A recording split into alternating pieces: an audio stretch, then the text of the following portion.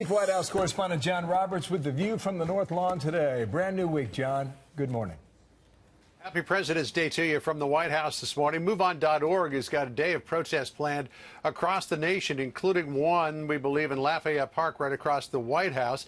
You mentioned Javier Becerra, the Attorney General from California. He, the American Civil Liberties Union, and others are all lining up to file lawsuits against the president's emergency declaration when they return from their week off this week. It's a recess.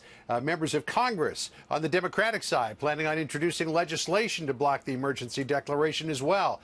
Listen to what Adam Schiff, the chairman of the House Intelligence Committee, said yesterday.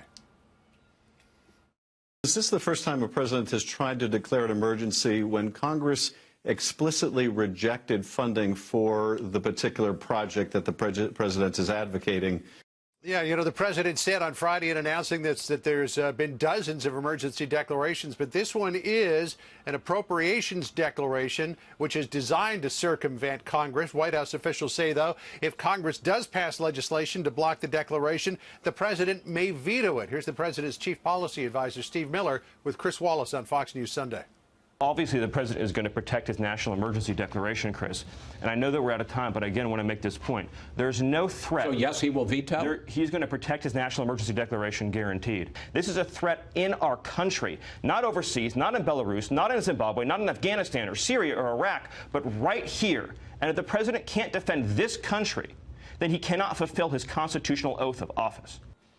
Now, keep in mind, Bill, everybody's talking about this emergency declaration. The emergency declaration only unlocks the military construction money, the so-called Section 2808 money. All of the other money, which includes the Treasury forfeiture, the Section 284 DOD, anti-drug funds, transferring some money within the DOD, he doesn't need the emergency declaration for that. So the White House believes that even with these court challenges, they still may be able to get their hands on about $4.5 billion to put toward wall construction. Which isn't nothing, right? McCabe interview. It's almost what the president wanted. Exactly right about that. McCabe interview last night, 60 Minutes. What's the White House saying about that today, John? Clearly making a lot of news. Andrew McCabe, the former deputy director of the FBI, saying, while he did not participate in lengthy discussions about a 25th Amendment removal of the president, he did speak to Rod Rosenstein, the deputy attorney general, about it. Rosenstein mentioned it to McCabe, and according to McCabe, Rosenstein was serious about it. Listen to what he said on 60 Minutes. The discussion of the 25th Amendment was simply Rod raised the issue and discussed it with me in the context of thinking about how many other cabinet officials might support such an effort. Not surprisingly, the president going off on McCabe and Rosenstein this morning, tweeting, quote, "Wow, so many lies by now disgraced acting FBI Director Andrew McCabe.